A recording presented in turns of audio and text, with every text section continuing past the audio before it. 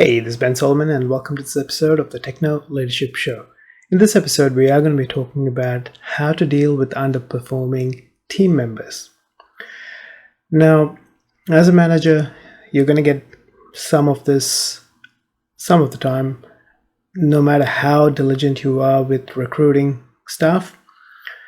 And even if not, when you move into a management or leadership position, you already have a team, and there might be some staff in there who are underperforming. A lot of organizations have performance management plans, they have HR who step in and do things. All of that, I believe, is to be used in extreme cases. In a lot of cases, we have the opportunity to sit with our staff members and find out where they're at, what's going on, and what's leading them to underperform. Is it a lack of confidence? Is it a lack of training? Is it a lack of support? Whatever it might be. And one of the ways I've been able to do that in my teams is that I sit with them, talk to them one-on-one to understand where things are at. Sometimes what happens is, for a period of time, you might have a team member having a lull, having some underperformance because they have other things going on in their life. And no matter what anyone says, we should compartmentalize life and all that sort of thing, we're humans. And what happens in one area of our life affects us in other areas of our life. And I think as humans, as leaders, and as managers, we have that weight on our shoulders to actually take care of our team members appropriately. So my first protocol in all these cases, when I get information from my other staff saying that a particular colleague of theirs is underperforming, I normally try to find out what's going on. Is it a new phenomenon? Is it something that has been going on for a while? Context is everything. And then I sit with that specific team member who is underperforming and have a chat with them to figure out, are they having other stresses in life that might be impacting them? If they need time off from work to deal with that before they can come back, more than happy to work with them to organize something in there. If they can't afford to take a bit of a break and deal with that situation, we can find ways around it, like helping them go part-time for a period of time so that they can deal with any of those issues going on at home or elsewhere, and then come back in full flight. At the end of the day, as leaders, it's our job to take care of our staff. And sometimes they may not feel comfortable enough to come and speak to us and tell us exactly how they're feeling, for the fear that, they could potentially be marked as, people who are having trouble or whatever it might be. I don't see it that way personally. I've always been very open with the people that I've led, and I've said to them, look, if there is anything going on in your life, let me know. Let us work out something so that we can support you, because I want you to be able to take care of that holistically and then focus on work when you're ready to do that.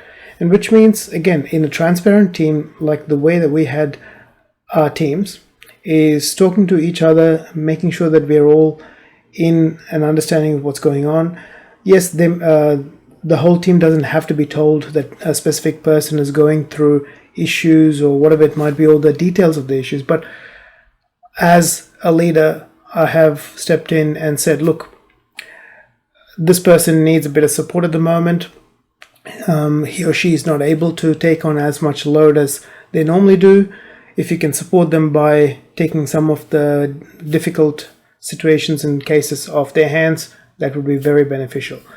And most people are willing to understand, because they understand that when something happens to them or in their lives, I would step in and do the same for them. So as leaders, we have to make sure that our people know that we care for them as humans and will be there for them no matter what. So once you've done the one-on-one, in most cases, issues get resolved, because once the person who is underperforming understands what's going on and that you actually care and that you're willing to work with them on a solution, They have a tendency, especially if they like what they're doing and they see the growth and there's all this thing going on and you're supporting them well, they would look at that. If not, they might even go, look, I think I'm done with working in that position. Is there an opportunity for growth? Again, it's good to look into it. If there's no opportunity for growth in your organization, help them and support them in that opportunity so that they can go to another organization and grow. We don't want to have people who want to grow stuck in a place just because there's no opportunities within the team or the organization. Help them, give them all resource possible so that they can go on and flourish and thrive somewhere else. That's what leadership is about. Helping our people under our care to thrive and flourish. Beyond all that, if you've spoken to them multiple times, they haven't really divulged anything, and they're still continuing to underperform and pull the rest of the team down and pull the rest of the team's morale down, that's when extreme measures are needed, which is going and speaking to HR, finding out a solution, and getting them to then work with the staff member to look at options. But before that, as a leader, it's up to you to work with that person in particular to figure out a good solution that works for your team, yourself, your business, and that person especially. So hopefully that's given you some ideas on how to deal with underperforming team members. If you like this episode, please hit the like button. If you haven't subscribed yet, please hit the subscribe button so that you're notified of future episodes as they are released. I wish you all the best in your journey as a tech professional, manager, and leader. Have a fantastic day, and I'll talk to you in a future episode. Take care.